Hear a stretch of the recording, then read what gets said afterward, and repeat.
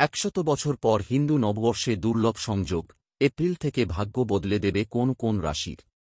মেষ, বৃষ, সিংহ, কন্যা, তুলা, মকর, কুম্ভ, মীন রাশি। হিন্দু নববর্ষ বিক্রম সংবৎ 2082 চৈত্র শুক্লা প্রতিপদ থেকে শুরু হচ্ছে, যা একটি নতুন সূচনা এবং আশার প্রতীক।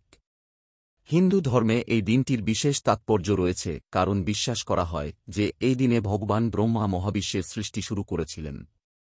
এই দিনে মহাবিশ্বে একটি নতুন মন্ত্রিসভাও গঠিত হয়, যা পুরো বছরের ঘটনাগুলিকে প্রভাবিত করে।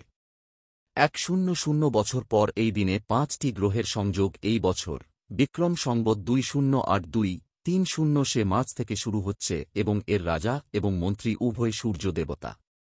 জ্যোতিষীদের মতে এই নববর্ষটি কিছু বিশেষ রাশির জন্য খুবই শুভ প্রমাণিত হবে, কারণ 100 বছর পর এই দিনে 5টি গ্রহের সংযোগ হতে চলেছে।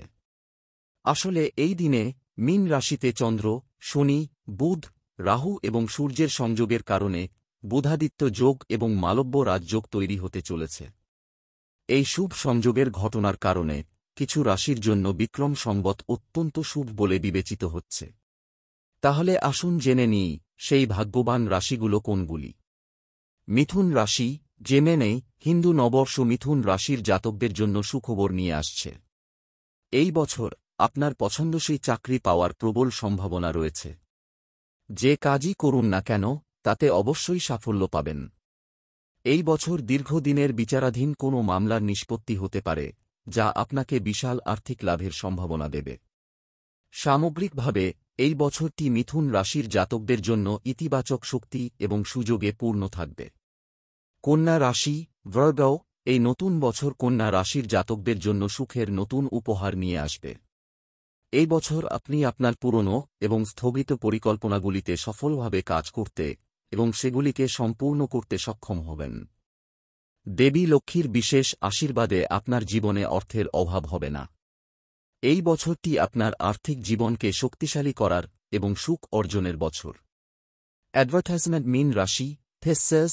নতুন বছরের শুরুতে সূর্য এবং চন্দ্র উভয়ই মীন রাশিতে থাকবে, যা এই রাশির জাতকদের জন্য খুবই অনুকূল পরিস্থিতি। এই বছরটি মীন রাশির জাতকদের জন্য খুবই শুভ প্রমাণিত হবে। জীবনে উন্নতির নতুন পথ খুঁজে পাবেন এবং সমাজে আপনার প্রতিপত্তি বৃদ্ধি পাবে। এর পাশাপাশি আপনার বিবাহিত জীবনও সুখী থাকবে। এই বছরটি মীন রাশির জাতকদের জন্য ব্যক্তিগত এবং পেশাগত উভয় ক্ষেত্রেই সাফল্য বয়ে আনবে। বৃষ রাশি। টরাস। আর্থিক দিক থেকে এই বছরটি বৃষ রাশির জাতকদের জন্য খুবই ভালো হবে। কর্মজীবনে নতুন উচ্চতা স্পর্শ করার সুযোগ আসবে এবং ব্যবসায়ীদের লাভ হওয়ার সম্ভাবনা রয়েছে। অর্থের ক্ষেত্রেও কিছু বড় সিদ্ধান্ত নেওয়া যেতে পারে, যা সাফল্যের পথ খুলে দেবে। ধনু রাশি। সেগেটারিয়াস।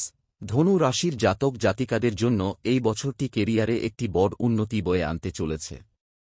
তারা নতুন দায়িত্ব পাবে, যা তাদের উচ্চ পদে পৌঁছাতে সাহায্য করবে। এছাড়াও তাদের আর্থিক অবস্থা শক্তিশালী হবে, যার কারণে তারা ধনী হতে পারেন। মকর রাশি। ক্যাপ্রিকর্ন। এই রাশির জাতক জাতিকাদের জন্য এই বছরটি খুবই ফলপ্রসূ প্রমাণিত হবে। তাদের কর্মজীবনে উন্নতি হতে পারে এবং তাদের আর্থিক অবস্থাও শক্তিশালী হবে।